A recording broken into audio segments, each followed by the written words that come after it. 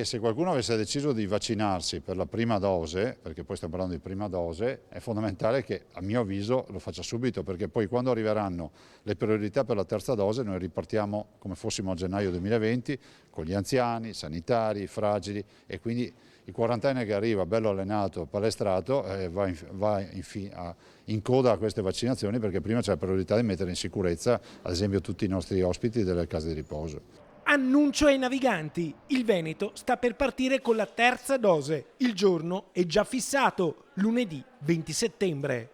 Avremo il 20 all'hub di Villorba, che ha fatto questo hub innovativo, l'inoculazione ad alcuni fragili, oltre che a persone che non hanno fragilità, ovviamente della terza dose, per i fragili ovviamente. E sarà presente il generale Figliuolo, e questo ci fa piacere. È arrivato appunto il via libera di AIFA, stiamo aspettando la circolare del Ministero che dovrebbe comunque darci indicazioni più precise. Oggi si sa che la terza dose può essere fatta agli immunodepressi, citano soprattutto i trapiantati, fibrosi cistica, cioè grandi patologie, e può essere fatta dopo 28 giorni dalla vaccinazione, quindi subito, proprio per mettere in protezione appunto queste categorie molto fragili, e si parla di dose aggiuntiva. L'altra categoria invece è quella degli over 80 sanitari, tutte le case di riposo, quindi tutte le persone, noi abbiamo 30.000 ospiti all'interno delle case di riposo.